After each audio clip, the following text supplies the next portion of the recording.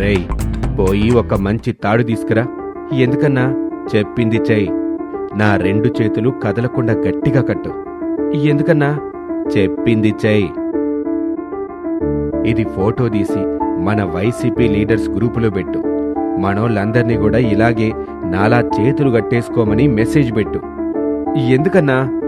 చెప్పింది చెయ్యి. అందరూ ఇలానే చెయ్యండి. అన్నా, ఇప్పటికన్నా చెప్పన్నా. ఎందుకన్నా? న్యూస్ చూడట్లేదా నువ్వు?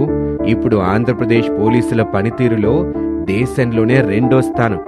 న్యాయ వ్యవస్థలు న్యాయం అందించటంలో కూడా దేశంలోనే 2వ స్థానం. దానికి దీనికి సంబంధం ఏంటన్నా?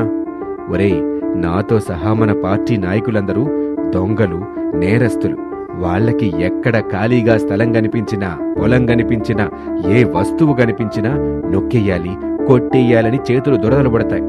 ఇప్పుడు ఈ పరిస్థితుల్లో చెయ్యి జాడించావంటే ఇప్పుడున్న కేసులకి డబ్బులయ్యి జీవితాంతం జైల్లో కూర్చునే ప్రమాదం వస్తుంది. అందుకే ముందు జాగ్రత్తగా ఇలా చేతులు కట్టేసుకోవటం. అసలు ఈ చంద్రబాబు వచ్చిన 10 నెలలకే వ్యవస్థలు ఎలా సంస్కరించేస్తున్నాడన్నా? నా ముందే ఆ చంద్రబాబుని పొగుడుతావా? ముందు నీ పని చెప్తా. చేతులు కట్టేసుంటే నా పనెలా చెప్తావన్నా? నాకిప్పుడు ఒక విషయం అర్థమైంది. చంద్రబాబు లాంటి ఒక సమర్థ నాయకుడుంటే నీలాంటి క్రిమినల్స్ అంతా చేతులు కట్టుకుని బ్రతకటం తప్ప ఏమీ చేయలేరని, మాలాంటి వాళ్ళు స్వేచ్ఛగా బ్రతకొచ్చని.